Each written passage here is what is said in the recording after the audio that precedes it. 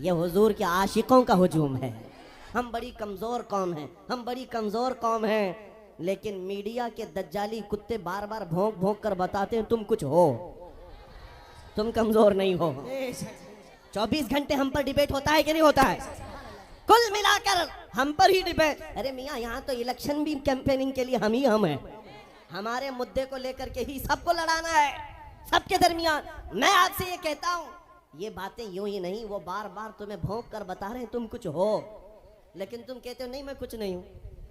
ہم کمزور ہیں, وہ کہتے ہیں نہیں کمزور نہیں تم کچھ ہو.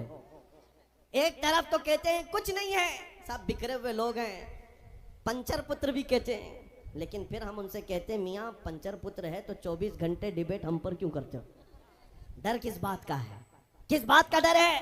کیا دوسری اور قومیں نہیں ہیں جس کو نشانہ بناؤ گے؟ ارے 70 قومیں موجود ہیں, لیکن ہمیں پتا ہے تمہاری آنکھوں میں اگر کوئی چبھتا ہے تو غلام مصطفیٰ ہی ہے, اس لیے کہ انہیں بھی تاریخ پتا ہے. یہ اگر نکل پڑے ہیں صحرا سے بغیر چپل کے پیبند لگے کپڑوں سے تو قیصر و کسریٰ کو بھی دھول چٹا سکتے ہیں.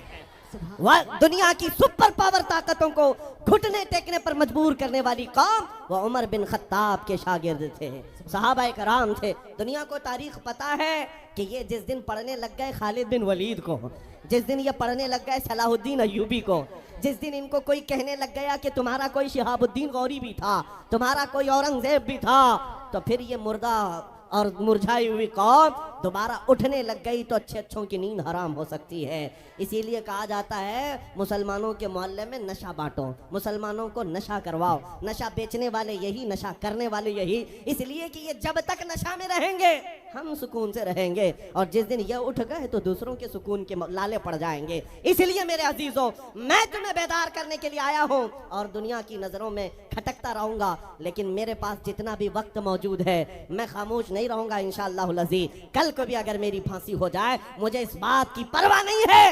دنیا سے جائیں گے, ہمارے ایک کے مر جانے کے بعد ان کتوں سے کہتا ہوں کہ اس کو یہ مت سمجھ لینا کہ اسلام ختم ہو جائے گا. مجھ جیسے 1000 کٹ بھی جائیں تب بھی ہم نعرہ یہی لگائیں گے, اسلام زندہ ہوتا ہے ہر کربلا کے بعد.